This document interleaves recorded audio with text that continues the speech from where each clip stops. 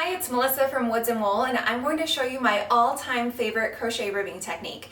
Before we get started, I wanted to let you know I have a free pattern at the link in the description box using this technique, so make sure you check that out. Now let's get right into the tutorial. I'm going to start by making a slip knot. And then I'm going to chain 8 stitches here, but you can chain however many you want. It doesn't need to be an odd or even number, just chain however many you want.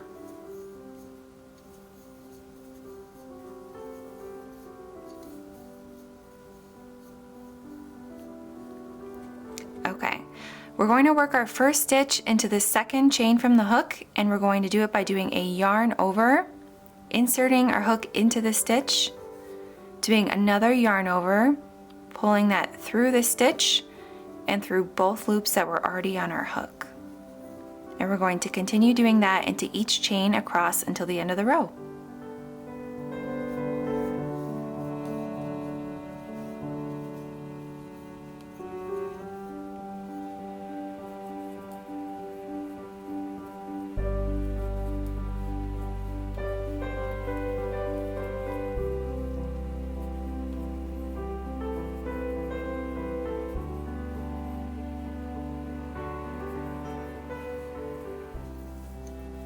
Now that we've reached the end of the row, I'm going to turn my work,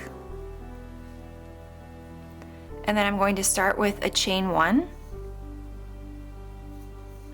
and we're going to do the same stitch, but instead of working under the top 2 loops like we normally would, we're going to be working into the 3rd loop, which is this front loop here that's facing us. So I'll show you what that looks like now. We're going to start with the yarn over, insert our hook into that 3rd loop, do another yarn over, pull it through the stitch and through both of the loops that were already on our hook. And we're going to continue doing that until the end of the row. One thing you really want to keep in mind with this stitch is to keep your tension pretty loose.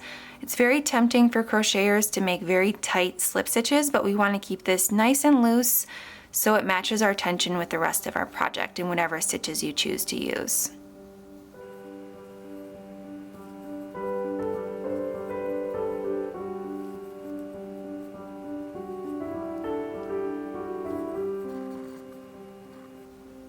I'll show you a little trick here. This is a personal preference, but I like to work the last stitch of each row into the top 2 loops like we normally would, and that just makes your tension and the end a little bit cleaner and nicer so that you don't have any weird gaps or anything at the end of your rows.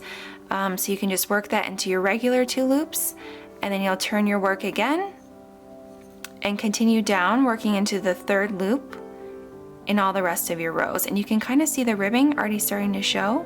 And this is just a beautiful ribbing. You can use it for any project you like. I love to use it for hats, but you can use it on sweaters, shawls, whatever you want. It's just an awesome, awesome ribbing stitch for crocheters.